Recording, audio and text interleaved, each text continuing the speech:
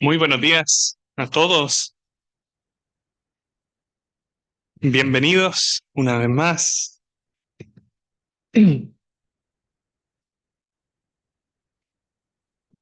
Tengo más tiempo hoy día. Gracias a la premiación. Vamos a cantar un poquitito más al final.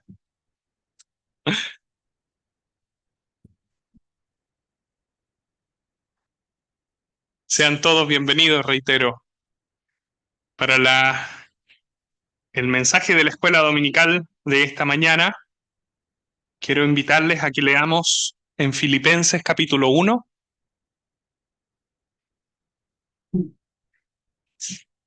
Filipenses capítulo 1.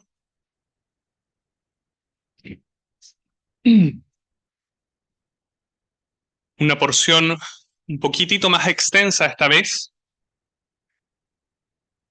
y una porción que no voy a entrar en todos los detalles de la porción. Quiero hacer algunas observaciones de ciertos elementos y poder aplicarlos a nosotros. Dice así desde el versículo 19, Filipenses 1:19, hasta el final del capítulo, versículo 30. Dice así la palabra del Señor. Porque sé que por vuestra oración y la suministración del Espíritu de Jesucristo, esto resultará en mi liberación, conforme a mi anhelo y esperanza de que en nada seré avergonzado, antes bien con toda confianza, como siempre, ahora también será magnificado Cristo en mi cuerpo, o por vida o por muerte. Porque para mí el vivir es Cristo y el morir es ganancia. Mas si el vivir en la carne resulta para mí en beneficio de la obra, no sé entonces qué escoger, porque de ambas cosas estoy puesto en estrecho, teniendo deseo de partir y estar con Cristo, lo cual es muchísimo mejor, pero quedar en la carne es más necesario por causa de vosotros. Y confiado en esto, sé que quedaré, que aún permaneceré con todos vosotros para vuestro provecho y gozo de la fe, para que abunde vuestra gloria de mí en Cristo Jesús, por mi presencia otra vez entre vosotros. Solamente que os comportéis como es digno del Evangelio de Cristo, para que, o sea que vaya a veros o que esté ausente, oiga de vosotros que estáis firmes en un mismo espíritu, combatiendo unánimes por la fe del Evangelio, y en nada intimidados por los que se oponen, que para ellos ciertamente es indicio de perdición, mas para vosotros de salvación, y esto de Dios. Porque a vosotros os es concedido a causa de Cristo no solo que creáis en Él, sino también que padezcáis por Él, teniendo el mismo conflicto que habéis visto en mí y ahora oís que hay en mí. Hasta ahí la lectura de la palabra del Señor. Les invito muy brevemente a que oremos de nuevo. Nuestro Padre Celestial, manifestamos nuestra total incapacidad para poder alcanzar en nuestros propios medios algún conocimiento de ti. Pero eres tú el que nos enseña en tu palabra. Te damos gracias por la lectura que tú has permitido y rogamos que nos ayudes para poder apreciarla y entenderla. Ayúdanos a poder considerarla con la altura que ella merece. Bendícenos y danos sabiduría en el nombre del Señor Jesús. Amén. Muy bien. A modo de introducción, lo que acabamos de leer es lo que escribió el apóstol Pablo en una cárcel romana. Lo más probable es que estuviese en Roma, aunque también podría haber estado en algunas otras ciudades importantes donde hubiese presencia de la Guardia Real, la Guardia Pretoriana que se menciona, por ejemplo, aquí. Esta carta, escrita desde prisión, increíblemente no es una carta triste, al contrario. Es una carta alegre, es una carta gozosa, es una carta en la que se refleja gratitud, se refleja gozo en el Señor, y va escrita a creyentes que también están viviendo vidas firmes. Están bien. No son creyentes que tengan grandes problemas. Hoy día vamos a ver uno de los pequeños problemas que estos creyentes tenían, si Dios lo permite en un rato más. Y por lo tanto, la idea del apóstol Pablo, al partir en el capítulo 1 así, es que es mostrar que sí es posible estar encarcelado en una cárcel romana, con todas las penurias que eso pueda significar, y aún así seguir sintiendo gozo en el Señor y gratitud en el Señor. Eso es lo primero que quiero destacar, a modo de introducción. La fuente del gozo y de la gratitud del apóstol Pablo aquí no tiene que ver con sus circunstancias, tiene que ver con el Señor. Es por eso que su gozo está mucho más arriba de cualquier circunstancia que él pueda estar pasando o viviendo.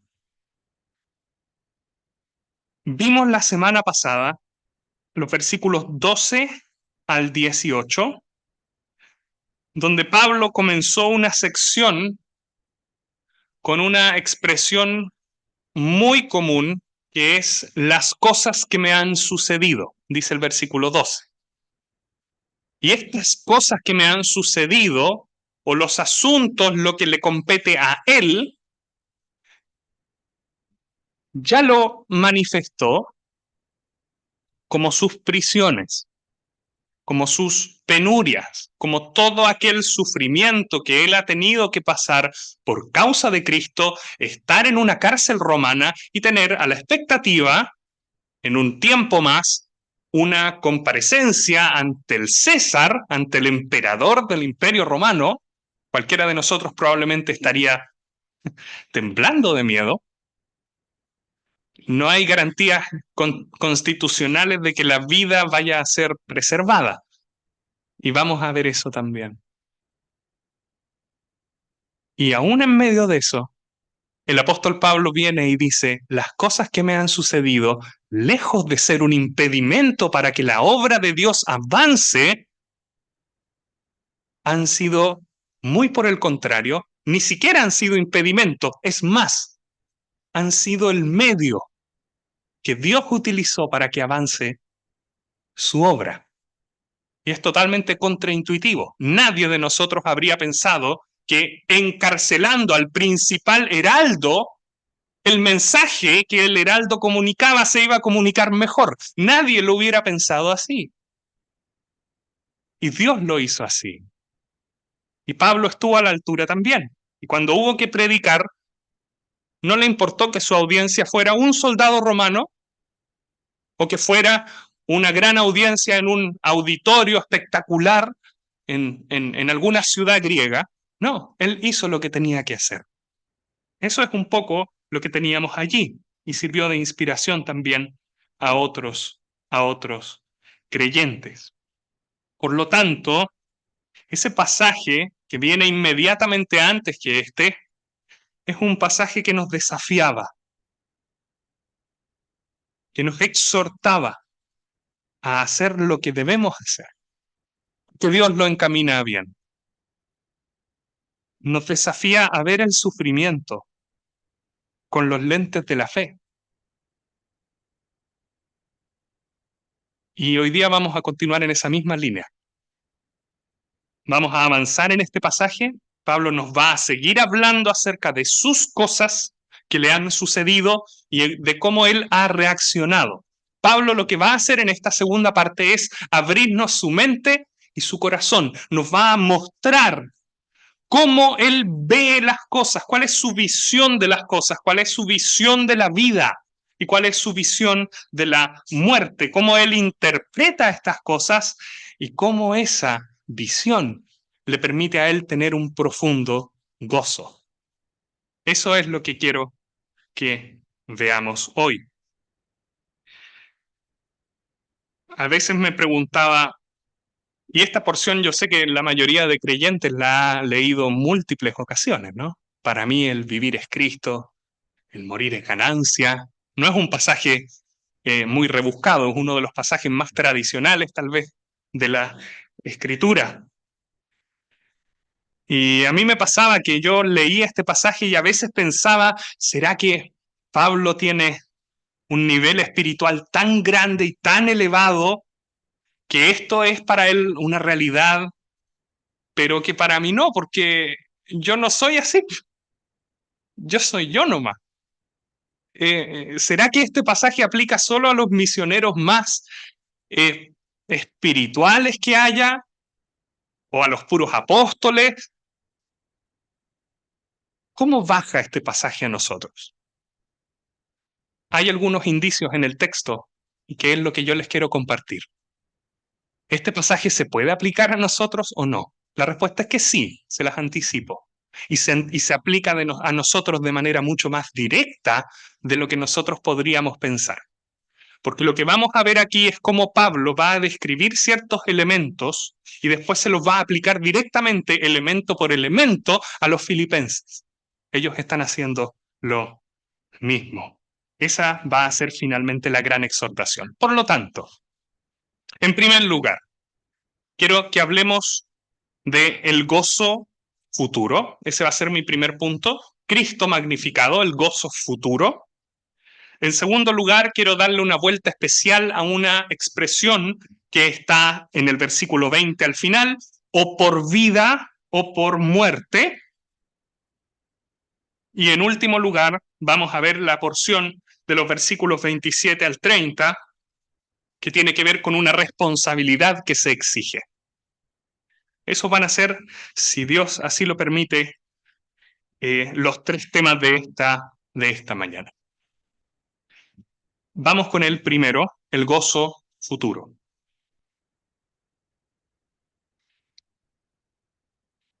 El versículo 18, que no lo leímos, fue de la semana pasada, termina con la siguiente expresión en la Reina Valera, en nuestra traducción. Dice,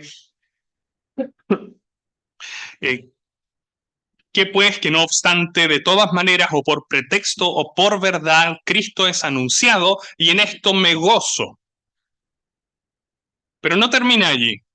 Dice, me gozaré aún. Me continuaré alegrando. Esa es la idea. Fíjense que dos veces dice, me gozo y me continuaré alegrando. Este versículo, la división de los versículos no es canónica, no forma parte de la carta original. Este versículo es un enlace. Lo anterior le provoca gozo, pero lo futuro, lo siguiente, le provoca más gozo. Esa es la idea de este versículo que hay allí. Hay una fuente de gozo presente. ¿Y cuál es esa fuente de gozo presente? Lo de la semana pasada. Dios hace redundar los sufrimientos, las prisiones, para progreso de la obra, porque Cristo era anunciado independientemente de cualquier cosa. Pero hay otro gozo más. Y es el gozo de lo que leímos aquí. Este es un gozo de la fe. Este es un gozo que viene de una perspectiva no del pasado, no de lo que nos pasó y que nosotros podamos decir, mira, en el pasado me acontecieron estas cosas, e incluso poder decir estas cosas, Dios las encaminó a bien y por lo tanto me gozo. Eso está perfecto. Y Pablo lo hace. Pero Pablo también mira hacia adelante. Mira con los ojos de la fe a la perspectiva futura y eso le trae gozo. Y eso, en primer lugar, quiero decir a todos, a mí mismo, a todos, ese es un privilegio que solo el creyente verdadero tiene. El inconverso, que no tiene esperanza, no puede tener este tipo de gozo. Es un gozo que se siente, es un gozo que se tiene al aferrarse firmemente a cosas que aún no suceden. Es el gozo de la fe, cosas que son ciertísimas en Cristo Jesús. La NBI lo traduce, seguiré alegrándome. ¿Por qué? Y ese es el enlace entre el 18 y 19. Seguiré alegrándome porque sé que todo esto, dice el versículo 19 ahora, que por vuestra oración y la suministración del Espíritu de Jesucristo, antes de comentar algo de eso, quiero mostrar ese versículo 19, me gozaré en el futuro porque sé que todo lo que vaya a pasar va a terminar en mi liberación. Liberación. Eso dice el pasaje. Y como les decía, voy a comentar eso en un minuto más, pero antes de comentarlo, quiero volver una vez más a lo que ya les dije. Pablo siente gozo por cosas que todavía no pasan. ¿Y cuántas veces a mí me falta eso? Ver por la fe cosas que todavía no pasan. Porque esa calidad de gozo es muchísimo más grande que cualquier aflicción presente. Por lo tanto, vamos a hablar del gozo de la fe.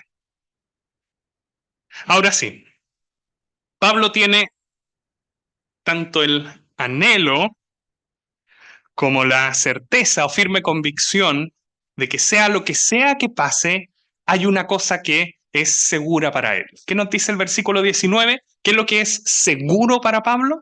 Esto resultará en mi liberación. Eso dice el pasaje. Pero créanme que no siempre es tan fácil de interpretar. Este pasaje, a pesar de que nosotros lo leemos y sabiendo el contexto de que Pablo está en la cárcel, lo primero que uno se imagina es que Pablo se está refiriendo a que va a ser liberado de la cárcel, ¿no? Es lo primero que uno se imagina. Créanme que no es tan sencillo como eso. Y la mayoría de eruditos no solo no piensan que sea exactamente eso, sino que también incluso han tenido ciertas discusiones al momento de comentar este pasaje. Y la raíz del problema es que la palabra liberación que se utiliza aquí es salvación. Literalmente es salvación. No es liberación. También es liberación, por supuesto que sí, es una palabra muy genérica. Se puede utilizar tanto para salvar de algún problema, de alguna situación, como también para la salvación eterna del alma y del cuerpo del creyente. Es una palabra así. Ahora bien,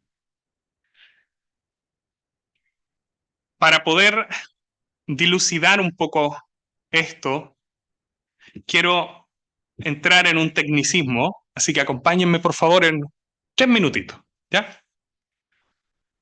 Pablo lo que está haciendo aquí, con su amplio conocimiento del Antiguo Testamento, esta expresión no la está inventando él, la está sacando del libro de Job, que fue escrito en hebreo, pero fue traducido unos siglos antes por 70 hombres. La versión de los 70, la Septuaginta del hebreo, fue traducido al griego. Y Pablo probablemente aprendió en esa versión. Pablo lo que está mencionando aquí en esta frase no es algo que él lo inventó, es literalmente palabra a palabra lo que dijo Job en Job 13, versículo 16.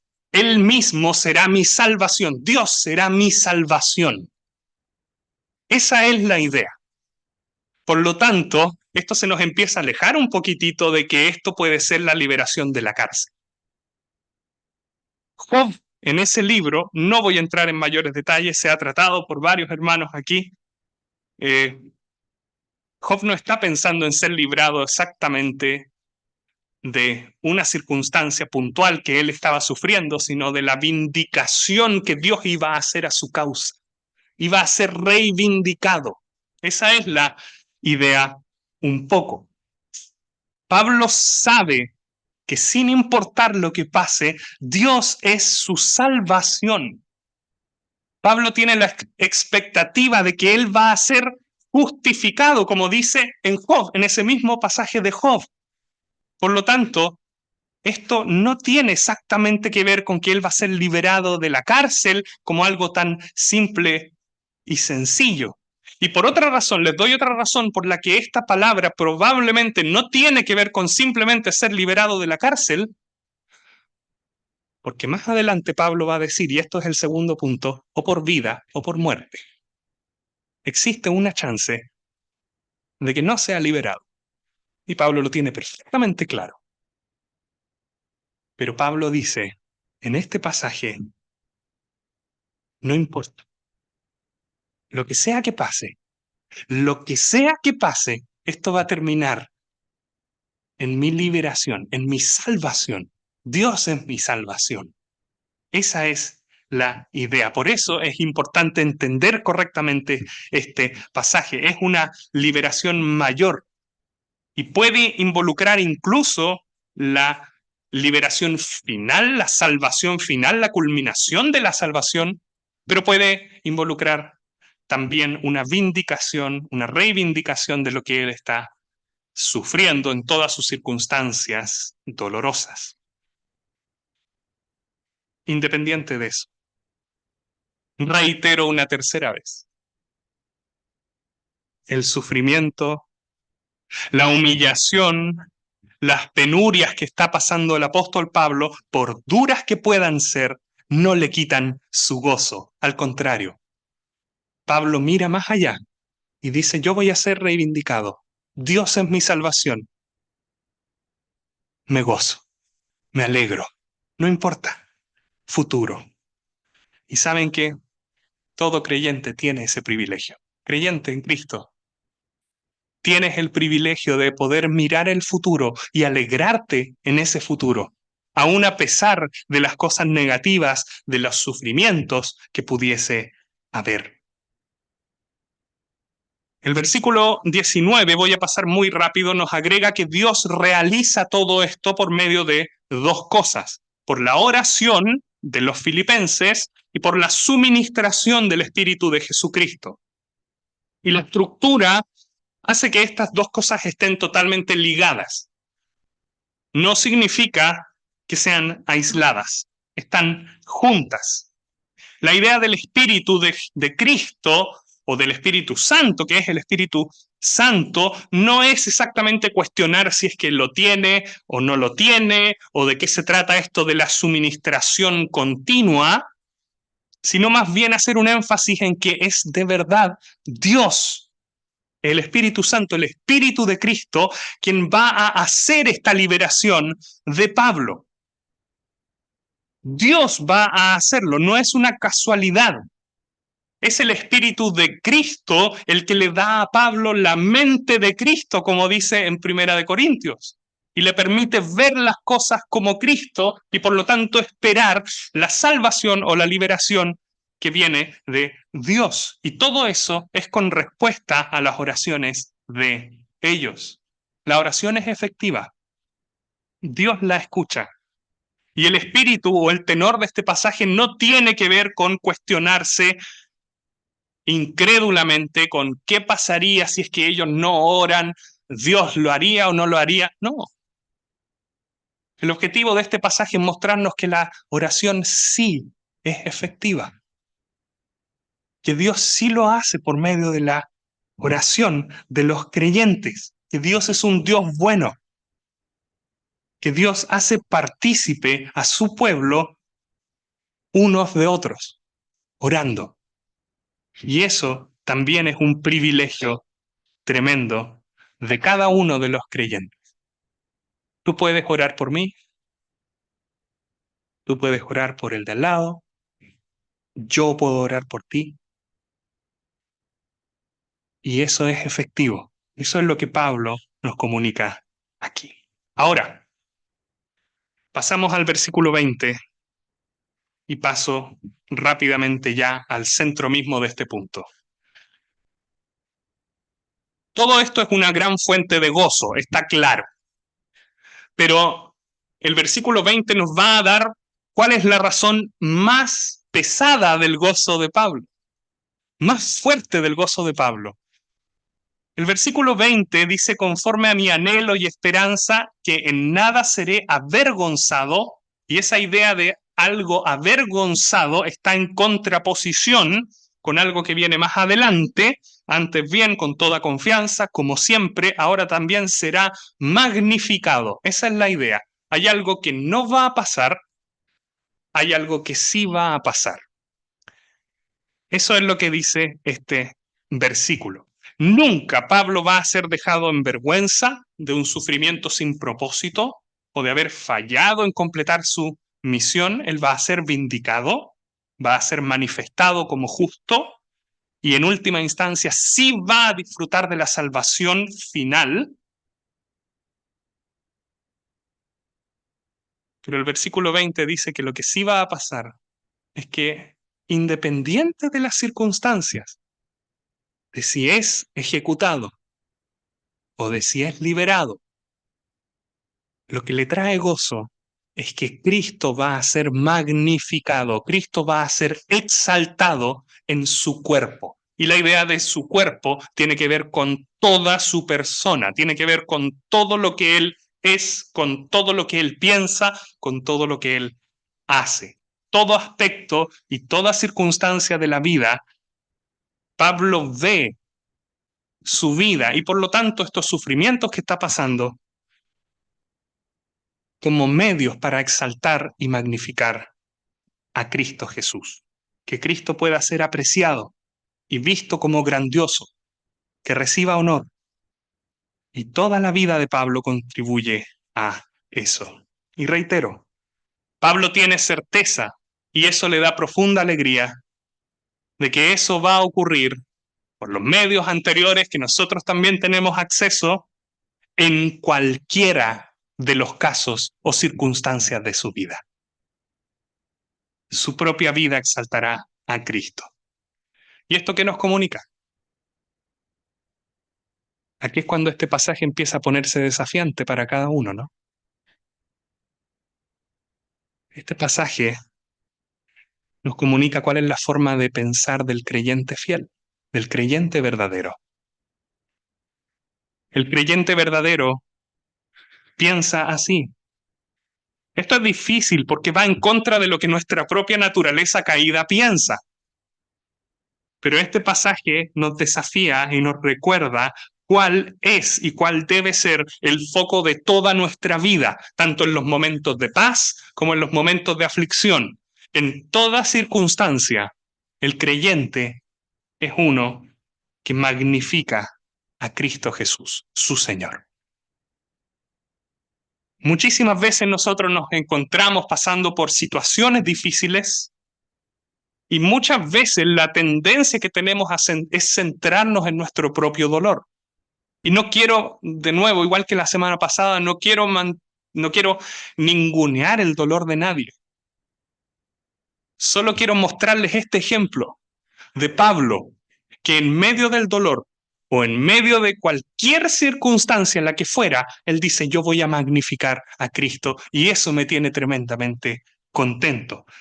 Nuestras vidas no nos pertenecen. Existe una verdad superior para el creyente que uno mismo. Hay algo más allá que nuestra propia existencia. Cristo. ¿Qué nos dice la Escritura? Porque habéis sido comprados por precio. La Escritura nos dice que Cristo murió por todos, para que los que viven ya no vivan para sí, sino para aquel que murió y resucitó por ellos. ¿Qué nos dice Isaías 43:7? Dios dice, para gloria mía los he creado, los formé y los hice. Y este pasaje, por lo tanto, Pablo, al decir que Cristo va a ser magnificado en cualquier circunstancia, nos recuerda a nosotros que a nosotros también se nos llama a eso, porque hemos sido comprados por precio. Pero ¿saben qué? También hay algo precioso aquí.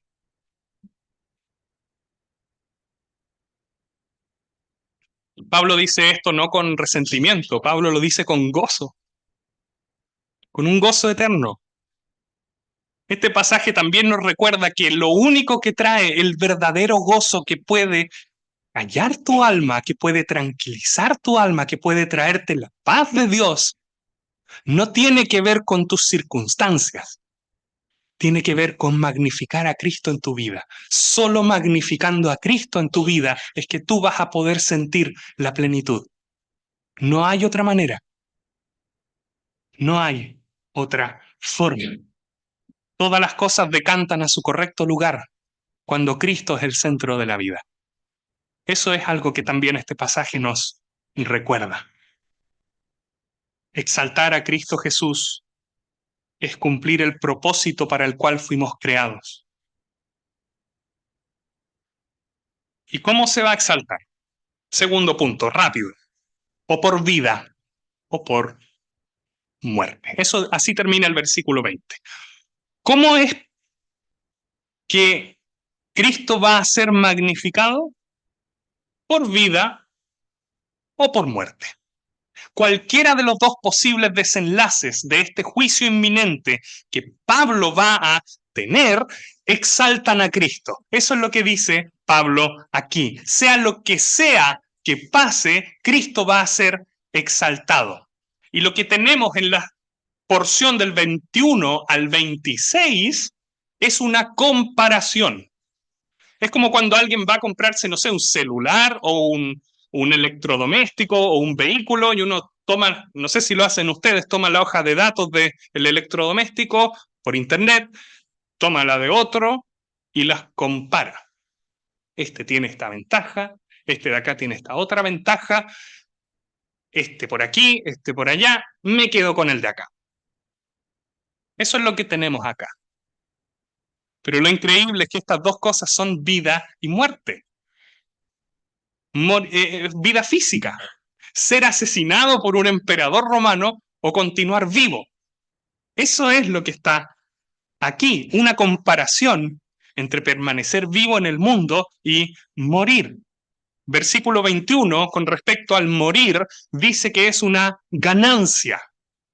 Aquí en este mundo hay penurias, pero más allá de la muerte, para el creyente hay gloria eterna. Significaría estar realmente con el Señor.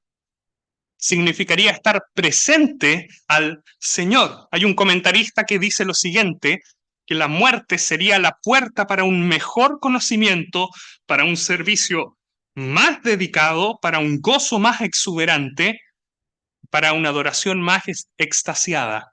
Y todo eso en Cristo.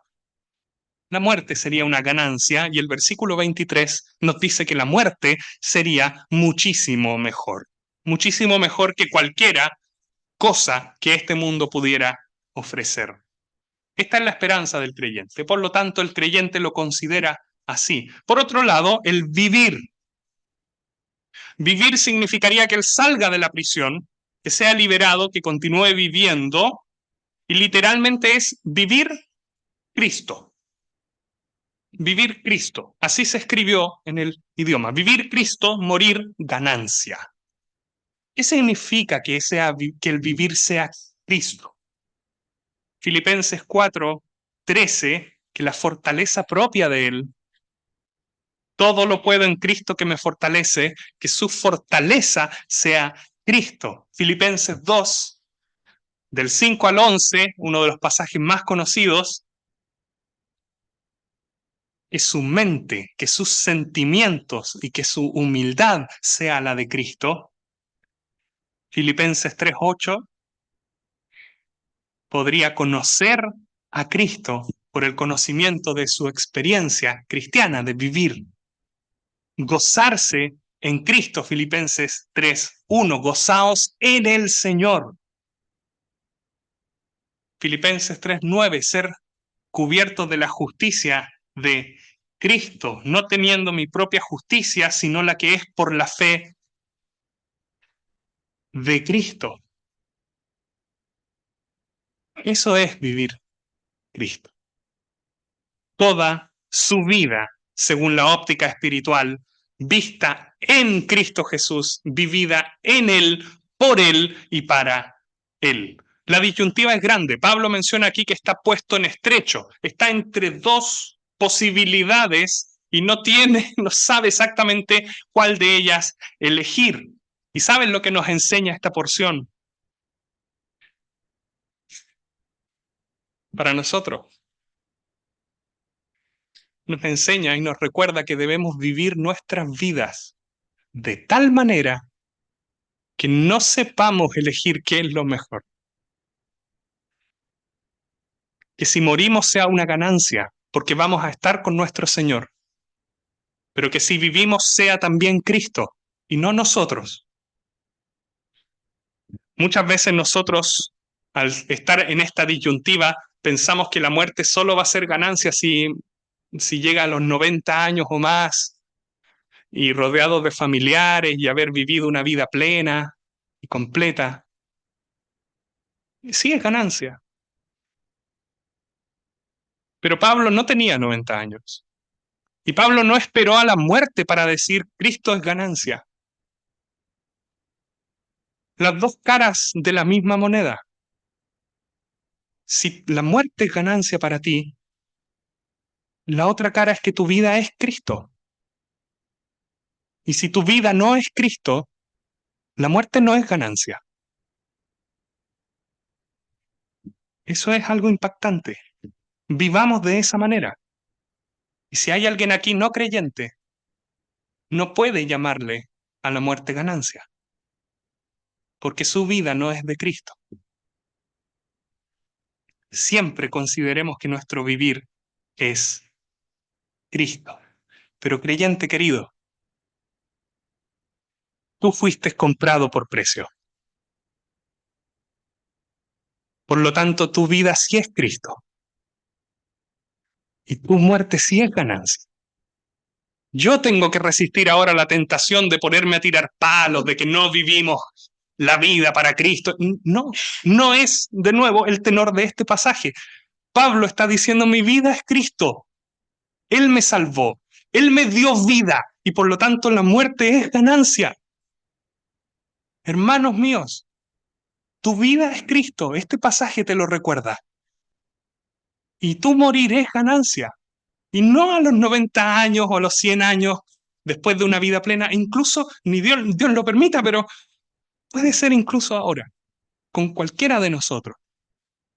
Si tú eres creyente, tu vida es Cristo.